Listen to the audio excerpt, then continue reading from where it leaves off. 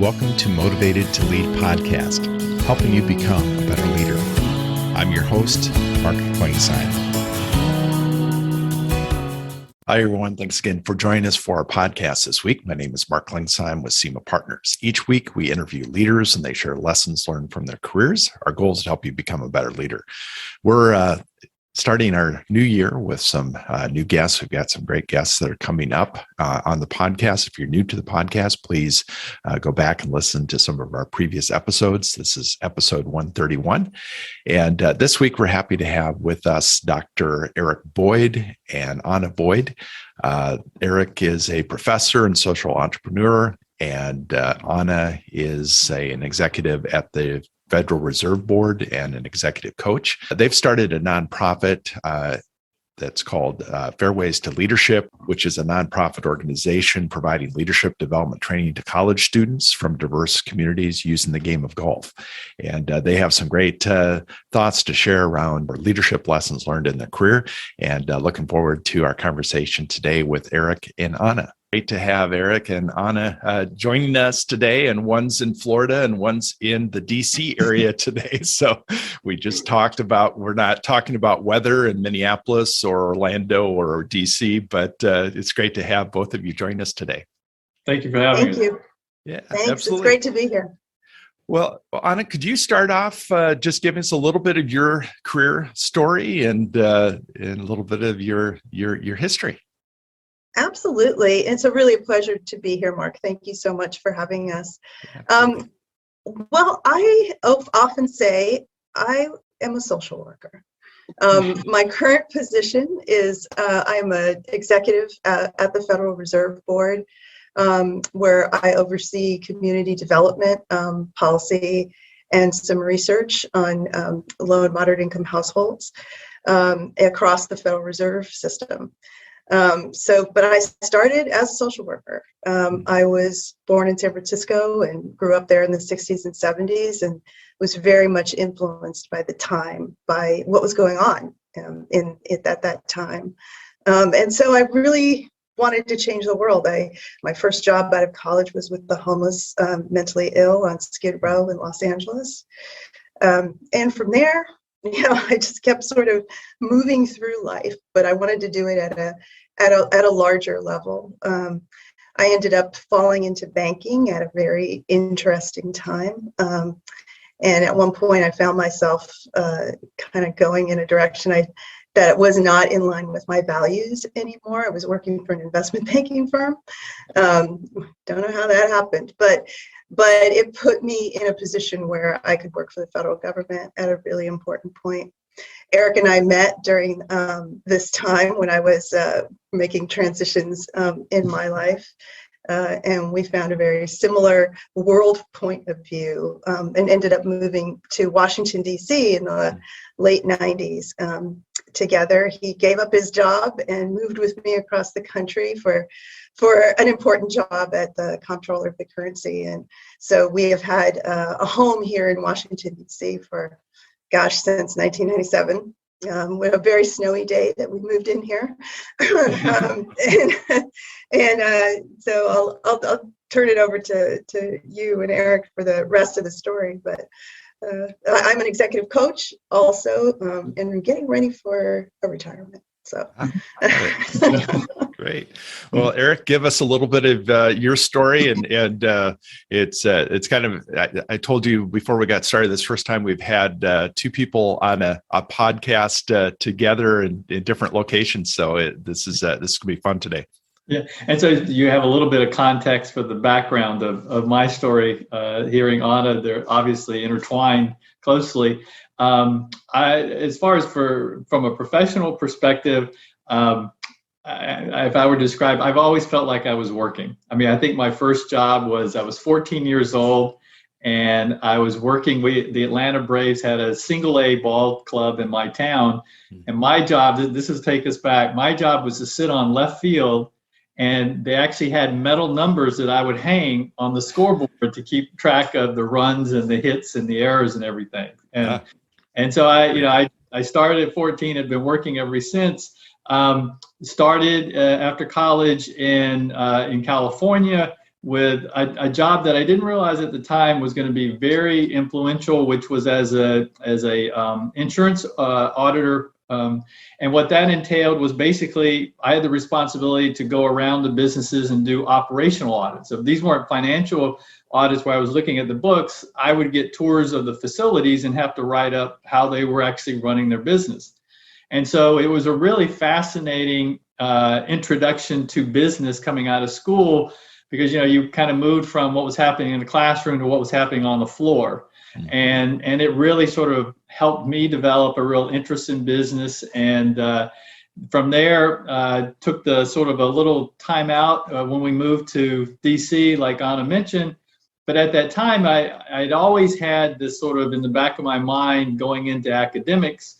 And so at that time when we moved, I took the opportunity to go and get my PhD at University of Virginia, and then graduated from there and went to James Madison University. Stayed there for about 15 years in the marketing department. Areas of specialty for me are business-to-business marketing and linking marketing with financial performance.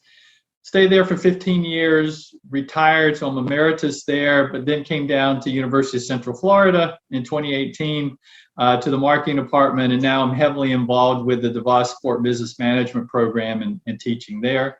And as if I didn't have enough to do, Anna and I started this nonprofit, FairWays to Leadership. So now, we're co-founders and president and secretary of that. So sort of in a nutshell. Yeah, well, that's great. I'd like to ask a question that we ask almost every guest. If you were knowing what you know now, if you're able to go back and talk to a 22-year-old Eric or a 22-year-old Anna, what advice would you give them? And we'll let Anna take that question first, and then Eric, you can follow up. Okay. Oh, that's such a great question. I really have to think about this for a minute.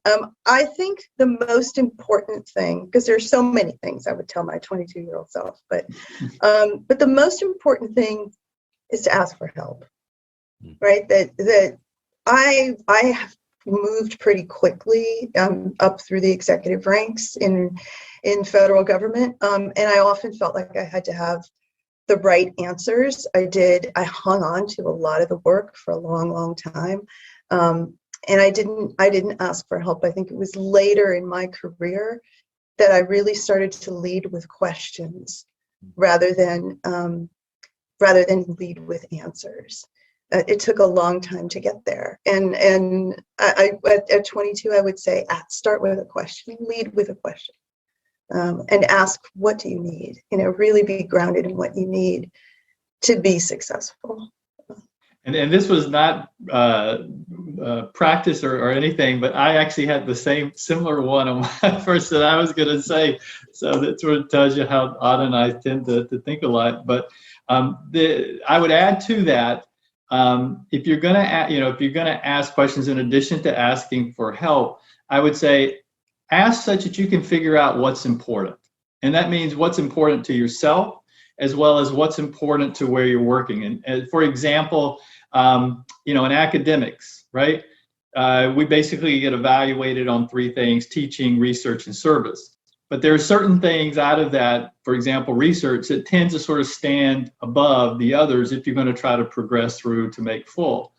And I see, and I think it's important to sort of know what's important where you are that's going to help you get to advance, because there's going to be all kind of opportunities and all kind of things that are come your way. But being able to know, okay, that's the thing I need to focus on, right? And it happens also with our students in golf. They're so worried about, how they're going to play and if, and what people are going to think. And we tell them, nobody cares what score you shoot. It's can you keep just pace of play? That's what's really important, right? That you're not holding everybody up. And then once they start to get that, they go, oh, okay, I can do that, right? And if I get, and because we all get to a hole we need to pick up. But I would say it's just figuring out what's important for you and what's important for you to be able to advance to get to what you want to accomplish. So talk a little bit about your nonprofits. You started this during COVID. I believe 2020 is when you started, but give us a little bit of the background and kind of your motivation for starting FairWays to Leadership. Anna, you want to go or? Yeah, well, I'll kick us off. What really, yes, it started during COVID. It also started right after the murder of George Floyd, where we were, like so many people in our country, just so sad, and angry and deeply affected by what was going on. And we looked around. Here we are in Florida, right, where you could still be outside to a large extent. And we looked around, and Eric thought of his students. He works with a very diverse group of students. UCF is a Hispanic serving institution, and said, you know what, we can invite them to belong. We can invite them to the golf course.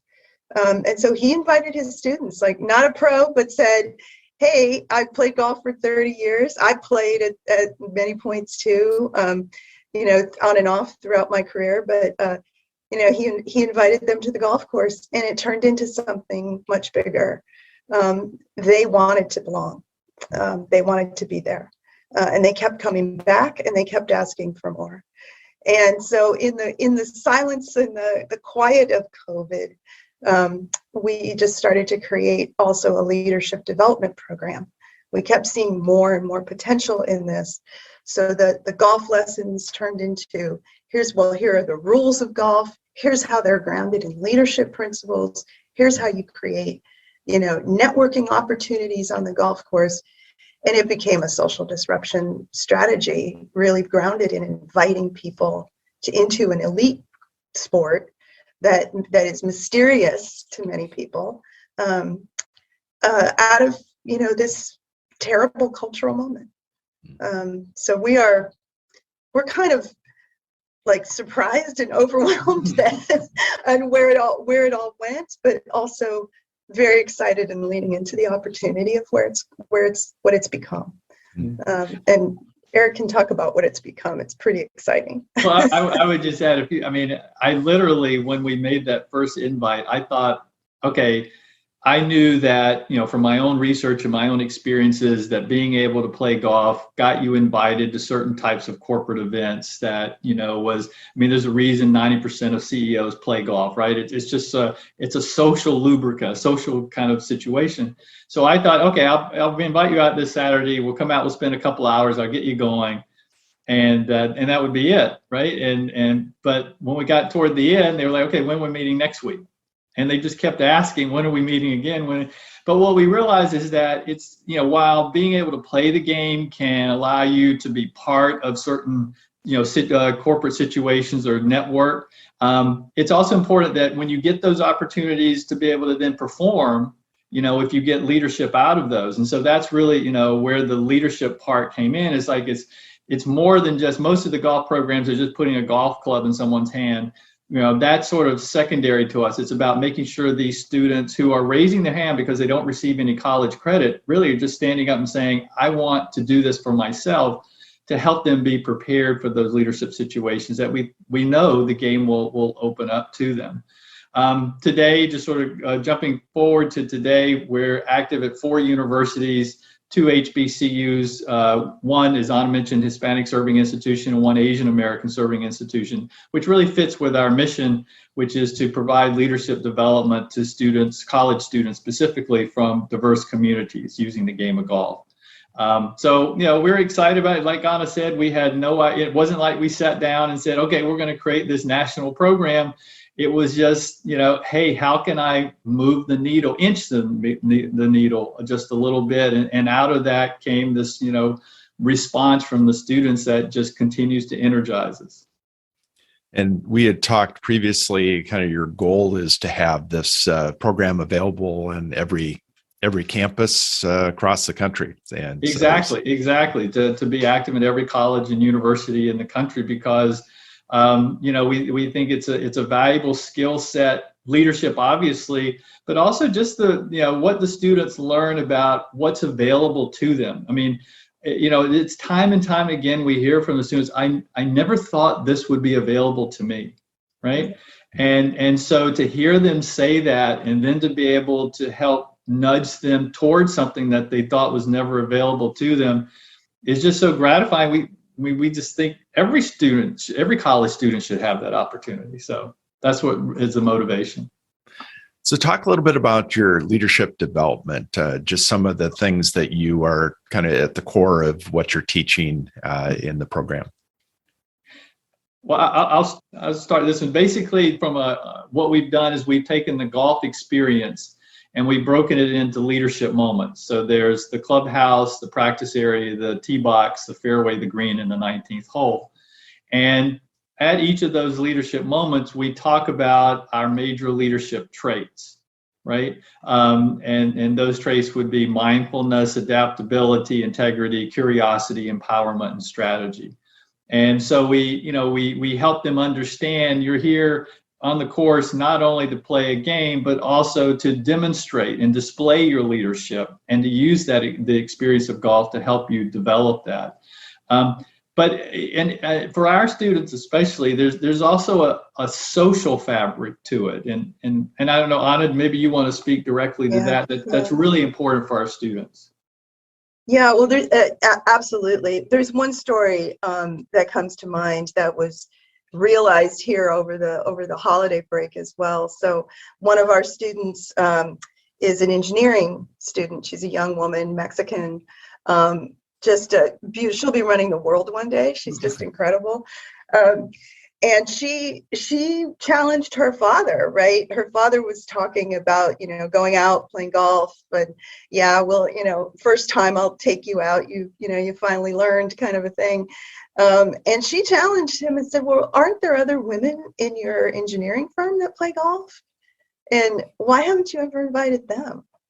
And so the next thing you know, right, she's out on the golf course playing golf with her father's friends, including a woman and another woman. And so it was just really something that's the realization of this, right, is teach young people to access, this fairly elite sport and empower them to ask those kinds of questions. So the leadership principles allow them to think beyond just putting a club in your hand. I mean, we are by no means trying to make great golfers. We're trying to make, and we love these students. Like sometimes you see them out there and like, oh, you played baseball. Yeah, I see you going after the ball that way. And it's so endearing, right? But we're not trying to make them great golfers. We're trying to put them in situations where they can be successful socially. And the leadership principles just support all of that. And the stories we hear, I mean, really the interesting thing about young women in particular being invited by their brothers and their fathers and their uncles to finally play. Like it's that to me is just deeply fascinating. We have 2 daughters and Eric went out of his way to teach them both. We did family golf. One of our daughters just did it over the holidays. Yeah, we did it over the holidays too, and it was just a wonderful, wonderful experience. But we taught them that they should be there, that they were allowed to be there, and we taught them the competence of what it feels like to be there. And I would just add one more story because I think the students tell the story better than we can. The situation that we hope to be able to remove with our effort is there was a young woman who was in the finance field and she was working in an office with 4 people, two male colleagues and then the male manager. And when it came to get their annual reviews, the 2 male colleagues got their annual review over 4.5 hours on the golf course with the manager. She got 30 minutes behind a closed door, and it's because she didn't play golf. And it's that access, right? It's that opportunity to get the same opportunity that others get. And we're not saying that this is going to solve all the problems, but we do think it helps move open a door, crack a door open for many of our students, not only professionally, but to Anna's point, in the home. And that's what's really surprised us, in the home, of how so many of our female students have said, yeah, my dad plays or my brothers play. I tried it maybe when I was 5, I didn't like it, and then never came back to it. But now I see it as a way for me to spend more quality time with them. So as you're as you're looking at kind of the core of what you're teaching your people that are part of the program, are there any books that you recommend to them as far as that helps them in leadership, or that you recommend to other leaders? Oh, well, I can tell you what I've been reading lately that I've absolutely. Sure. I know Eric has read, I think, every single book on golf that there is. The books in our house are epic. I have a more eclectic and sort of far-reaching kind of perspective. So the book I've been reading lately that I absolutely loved is My Life in Full. Indra Nouri's story, her memoir she was the former CEO of PepsiCo. She was in that role for a very long time. It is the story of a woman of color really ascending to greatness, how she was able to do that. And it's a very, very honest perspective about what it took, the sacrifices that she made, how she prioritized her life. And that's really what leadership is all about, right? How do you prioritize? What do you prioritize? How do you decide to spend your time and to give your attention? And that's a fabulous, fabulous book. The other book that I often recommend as a basic leadership tool is Lincoln on Leadership. It's an old book, and it quotes a lot from his life and times, right? Really, of somebody who was in such a traumatic time in our history, and a lot of that relates to kind of what we're going through today in many ways as well. I would say for mine, I'll give you my examples of books, but more importantly is the types of books that I would push people to look for. And so, for example, one type of book I think is important is a book that helps you experience something beyond the world you're in right now. And so for me, growing up, for example, I was a big fan of the Tarzan series by Edgar Rice Burroughs. And I grew up in a small town, but that book helped me sort of think there's something beyond here, right? There's something different than what I'm in right now. So finding a book that helps you put yourself in a different situation, I think is important. The second type of book I would look for is a book that helps, and this goes back to what Anna mentioned to begin with, helps you be able and have the confidence to ask questions. And for me, that book was Plato's Republic. And I remember reading that and going, okay, I need to ask questions, right?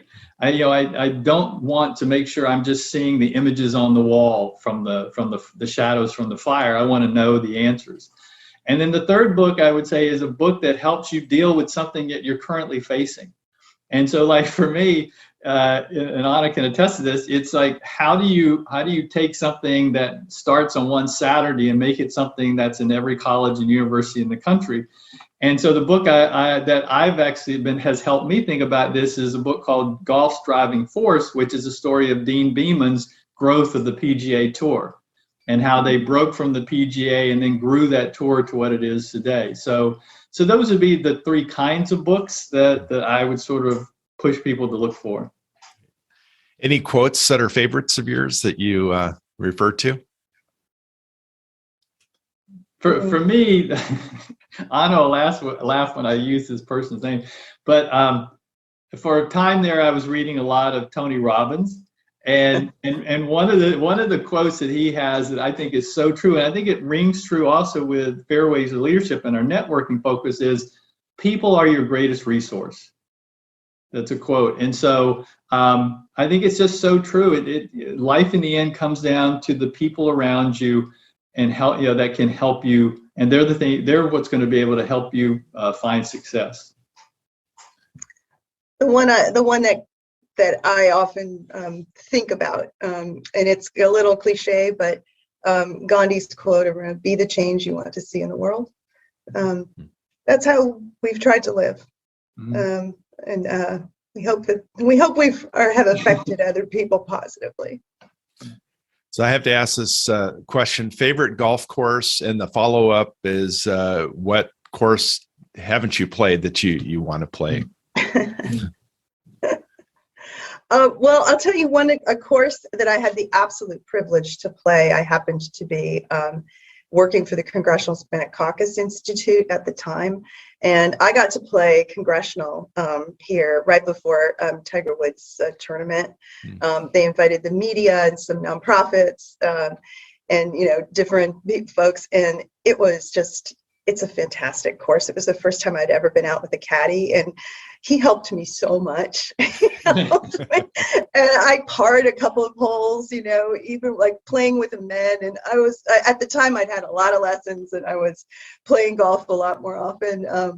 And wow, it was just a fantastic experience. It was also a stark experience in terms of the racial makeup of the place. When we drove up, there was a line of people to take your golf clubs, who were all mostly Black men. The people working the course, taking care of the course, were largely Hispanic. And then you got to the clubhouse and everybody was white. And there was about a handful of women. So this is an ongoing problem for the golf industry. And we hope we're making a small difference in all of this. I would say my favorite course I played so far is North Berwick, just outside of Edinburgh in Scotland. It's sort of a tie for me for the two courses I really want to play. One is St. Andrews, and the other is Pebble Beach. So those would be the two, both seaside courses, but very different layouts. Sure. Yeah. Everybody I've talked to that's played in Scotland said it's a different game. Their courses are completely different. So what do you do besides golf to recharge? I'm guessing that's part of your recharging is getting out on the golf course. Anything else that you enjoy doing? For me, yoga is a really important physical recharging for me. I also have, during the pandemic, rediscovered a deep love of poetry. And I spend a lot of time thinking about poetry. I started to write some of my own work again, and I'm just really enjoying that, the silence, the peace of it, the stillness that it brings. That's interesting. Because I feel very much like what I do charges me. So it stretches me for sure, because there's so many things going on, but I just find so much fulfillment in all of them. I don't necessarily like, the golf. Obviously, I enjoy playing that, but I also like doing, my academic work and the research and the writing, the working with students.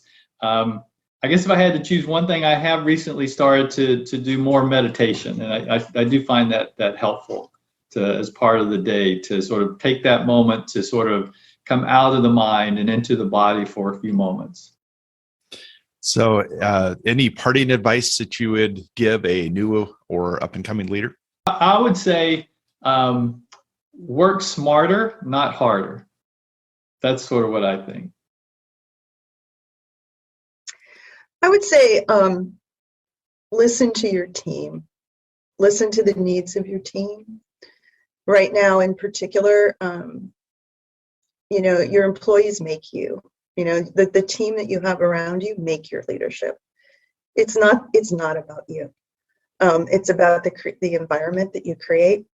And I think we're seeing that in ways today that we haven't seen for decades. The sense that employees want, they want an environment where they feel respected and where they feel, a sense of belonging. And a leader creates that environment, a good leader. How would someone learn more about FairWays to Leadership, and how can people get involved? I'm sure you're looking for corporate sponsorship. You already have that, as well as people that would donate time and energy and helping get this in more universities and colleges around the country. I would say definitely, check out our website, www.fairwaystoleadership.org. As far as, and we also are on all the social platforms, same FairWays to Leadership on Twitter, on Facebook, on LinkedIn, also on Instagram. So that's where we regularly are posting, pictures, feedback, comments, experiences of students. I would say as far as getting involved, As I mentioned, we have national aspirations. We're 4 universities now. We're hoping to continue to possibly try to double that regularly to be able to get to that ultimate goal. It really depends on the level the person, or the organization wants to come in. There can be a specific university that they would like to help us be able to enter into. So helping us, make introductions and supporting that, with time and treasure would be great. But if you're also interested in a larger sort of founding partner who can help us grow internationally, not internationally, well, hopefully maybe internationally, but nationally, that would be welcomed, also. But, there are also smaller ways. We have an executive forum, which is a speaker series. So if someone might be interested in speaking to our students about their leadership experiences and how golf maybe has contributed to that. But we also have corporate sponsors who look to use the relationship to create a pipeline of diverse talent. Because our students are college students, both undergraduate and graduate. And so we've had corporate sponsors who have used the opportunity to be able to network and recruit.